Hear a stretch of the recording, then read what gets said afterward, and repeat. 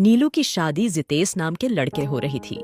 शादी संपन्न होते ही जैसे ही उसने ससुराल की दहलीज पर कदम रखा, उसी वक्त उसने जितेश की मम्मी को कह दिया कि देखो मम्मी, आप जैसे जितेश और दीदी की मम्मी हो, वैसे ही मेरी मम्मी भी हो। यह सुन कविता खुश हो गई।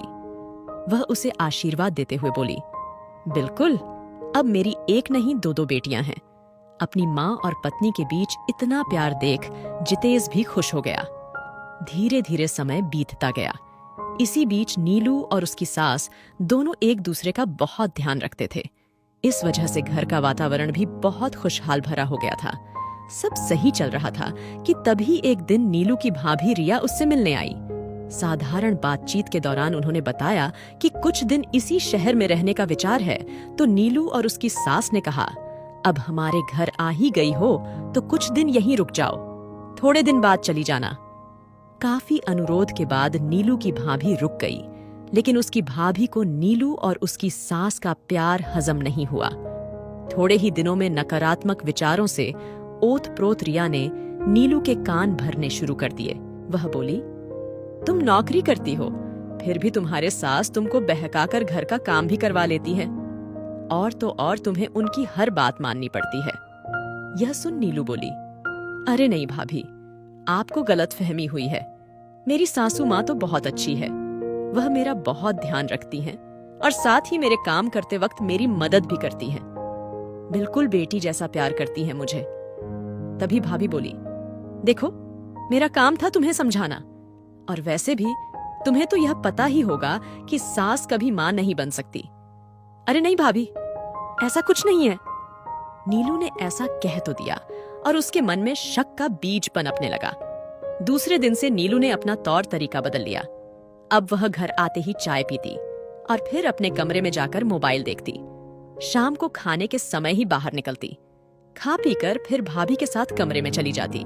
यह देख जितेश और जितेश की मम्मी को लगा कि उसकी भाभी आई हुई है, इसीलिए ऐसा व्यवहार कर रही है। लेकिन उसकी भाभी के जाने के बाद भी नीलू का व्यवहार वैसा का वैसा ही रहा। वह ऑफिस से आते ही आवाज लगाती, मम्मी पानी लाओ ना।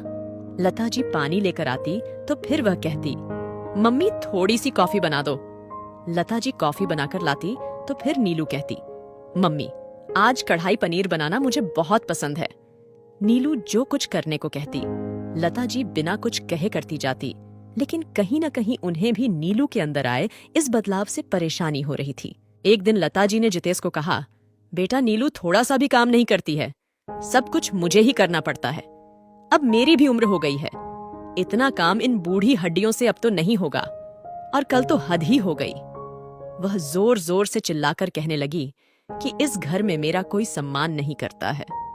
अब तू ही बता बेटा, मैं तो परेशान हो गई हूँ।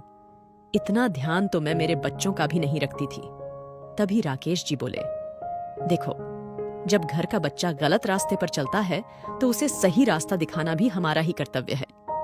वैसे भी बहू सिर्फ सम्मान ही तो चाहती है, तो दे दो उसे सम्मान। यह सुन लता जी बोली, हाँ, और सिर पर बैठा लो, अब मुझसे नहीं संभाला जाएगा। तब तो राकेश जी बोले, देखो, अब जमाना बदल गया है, इसलिए जमाने के हिसाब से चलो।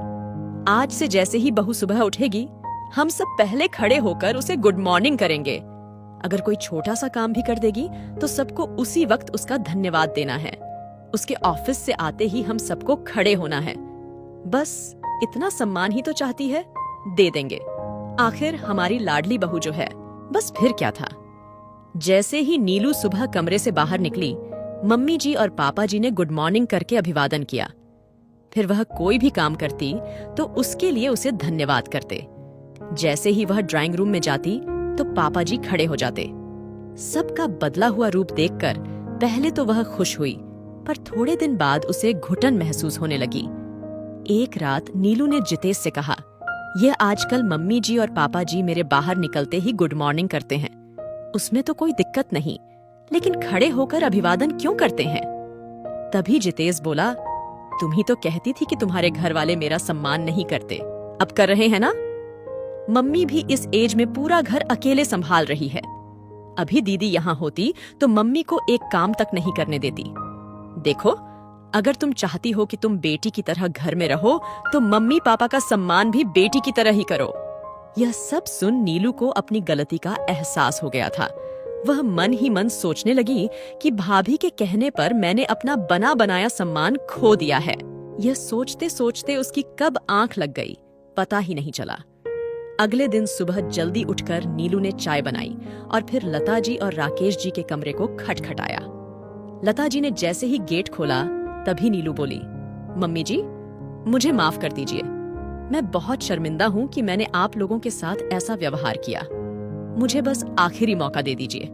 मैं वादा करती हूँ कि आज के बाद ऐसा कभी नहीं होगा। नीलू के इतना कहते ही कविता ने उसे गले लगा लिया। आज नीलू के बदले व्यवहार ने घर में एक बार फिर खुशियों के रंग बिखेर दिए थे।